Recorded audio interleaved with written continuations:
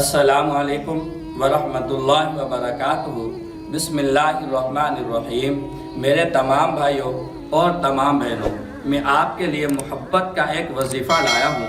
और याद रखें, जायज़ मुहब्बत के लिए है। जब आप जायज़ मुहब्बत के लिए वजीफ़ा करेंगे तो अल्लाह ताला ज़रूर इसमें आपको कामयाबी अता फरमाएंगे। मेरा मकसद सिर्फ आपको बतलाने का ये है, और ये वजीफ़ा आपको बतलाने का सिर्फ ये है कि उन लोगों के लिए है जिनका रिश्ता नहीं होता।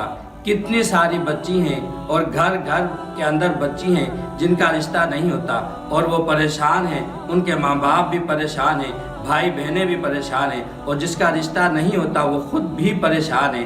और ये जो वजीफ़ा लाया हूँ ये बच्ची भी कर सकती है और ये लड़का भी कर सकता है।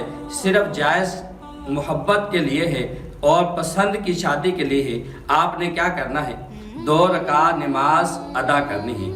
ये वक़्त आप खुद मुतय्यन कर सकते हैं, सुबह का करें या रात का करें।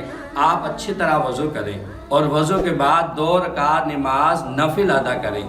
सहाबा इकराम को जब भी कोई भी परेशानी होती तो सबसे पहले वो वज़ू करते और वज़ू करने के बाद सिर्फ 2 रकात नमाज अदा करते। इसके बाद दुआ मांगते।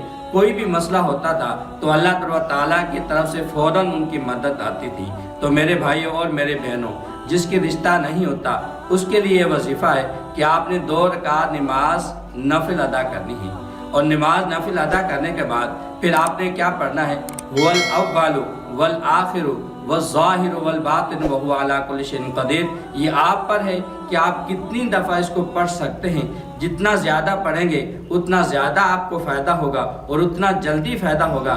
इसके बाद आप फिर खुदा से मांगे कि या रब्बुल आलमीन, मेरा ये जो मसला है शादी का, इसे जो है इसके अंदर आसानी पैदा फरमा और इसकी मुश्किलात को दूर फरमा। जब दुआ मांगेंगे तो अल्लाह ताला आपको ज़रूर इसमें कामयाबी अता फरमा।